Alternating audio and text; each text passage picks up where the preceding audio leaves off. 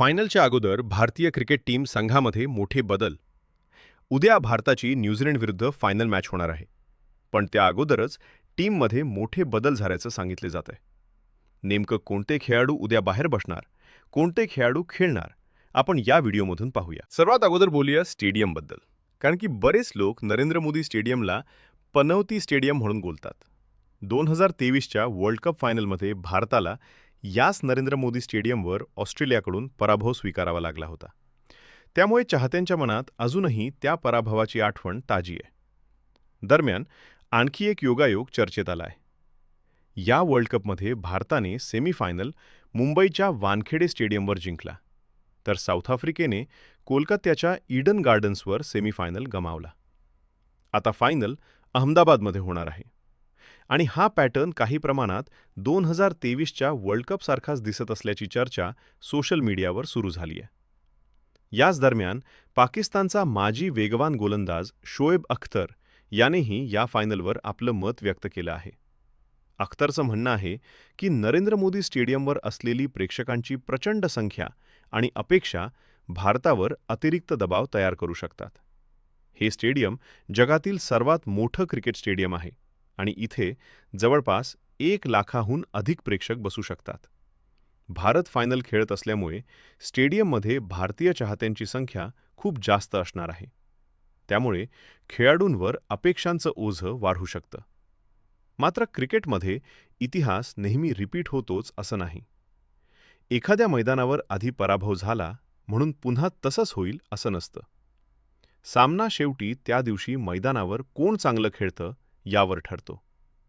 तरीही या फायनलमध्ये 2 गोष्टी सर्वात महत्त्वाच्या ठरणार आहेत: नरेंद्र मोदी स्टेडियमची पिच आणि न्यूझीलंडची ताकद. आता वळूया मेन मुद्द्याकडे. क्रिकेट चाहत्यांनो, तयार रहा, कारण आता सुरू होणार आहे खडी लढाई. 8 मार्च, अहमदाबाद, नरेंद्र मोदी स्टेडियम, जगातील सर्वात मोठं क्रिकेट स्टेडियम. आणि मैदानात उतरणार आहेत 2 जबरदस्त संघ, भारत आणि न्यूझीलंड. हा सामना फक्त एक फायनल नाही, हा सामना आहे देशाच्या प्रतिष्ठेचा. ही आहे करो किंवा मरोची लढाई.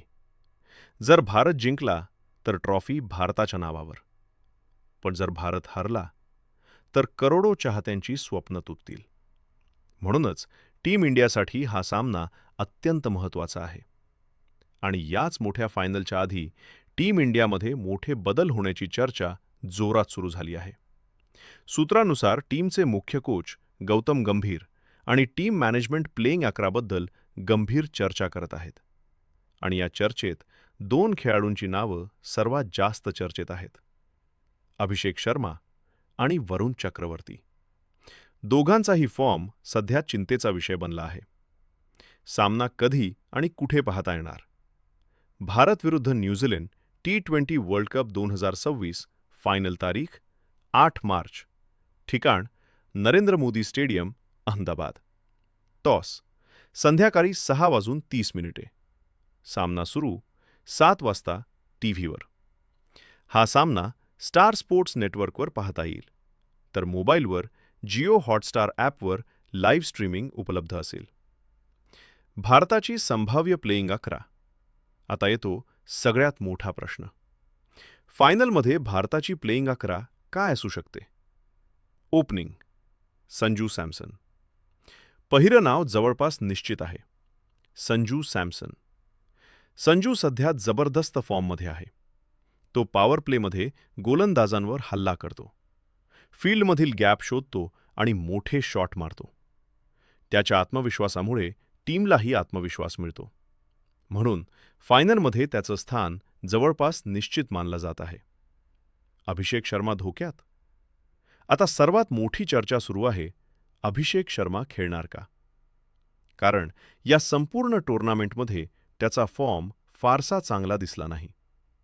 त्याला अनेक संधी मिळाल्या, पण मोठी इनिंग्स खेळण्यात तो अपयशी ठरला. काही वेळा तो शून्यावर बाद झाला.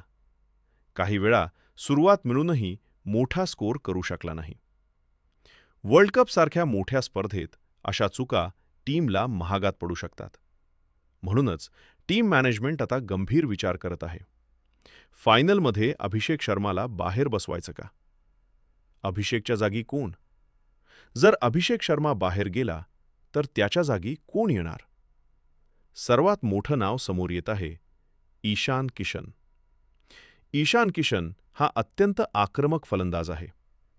तो पॉवर प्लेमध्ये गोलंदाजांवर जोरदार हल्ला करू शकतो.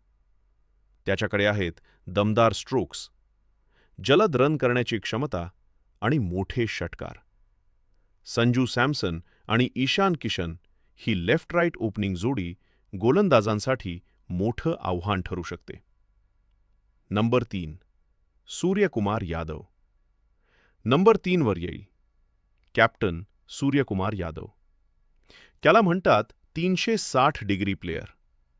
तो मैदानाच्या कोणत्याही कोपऱ्यात शॉट मारू शकतो.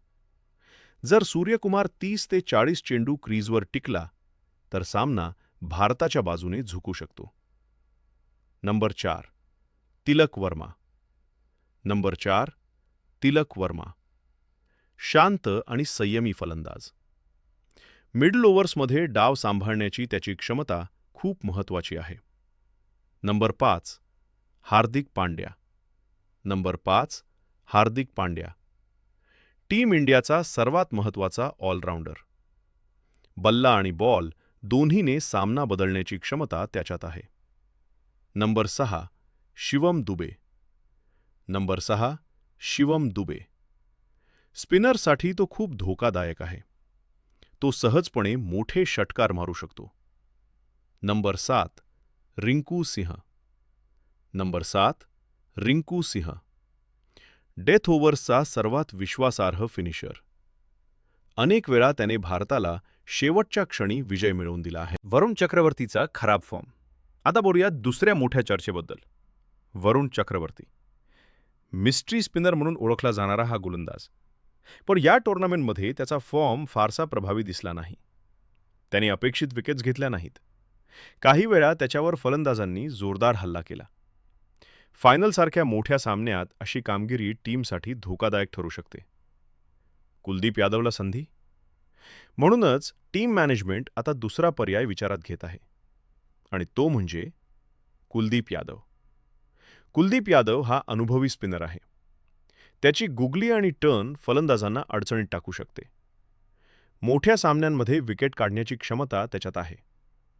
म्हणूनच फायनलमध्ये वरुण चक्रवर्तीच्या जागी कुलदीप यादवला संधी मिळण्याची शक्यता व्यक्त केली जात आहे. बाकी गोलंदाजी अक्षर पटेल. मिडल ओव्हर्समध्ये रन रोखण्यासाठी महत्त्वाचा. जसप्रीत बुमराह डेथ ओव्हर्सचा सर्वात धोकादायक गोलंदाज. अर्शदीप सिंह पॉवर प्लेमध्ये स्विंगने विकेट काढू शकतो. संभाव्य प्लेइंग 11. भारताची संभाव्य प्लेइंग 11: 1 संजू सॅमसन, 2 ईशान किशन, 3 सूर्यकुमार यादव, 4 तिलक वर्मा, 5 हार्दिक पांड्या, 6 शिवम दुबे, 7 रिंकू सिंह, 8 अक्षर पटेल, 9 जसप्रीत बुमराह, अर्शदीप सिंह, 11 कुलदीप यादव. शेवटचा प्रश्न आता फक्त एकच प्रश्न आहे. भारत न्यूझीलंडला हरवून T20 वर्ल्ड कप जिंकणार का? की न्यूझीलंड पुन्हा एकदा भारताचं स्वप्न मोडणार? उत्तर मिळेल 8 मार्चला.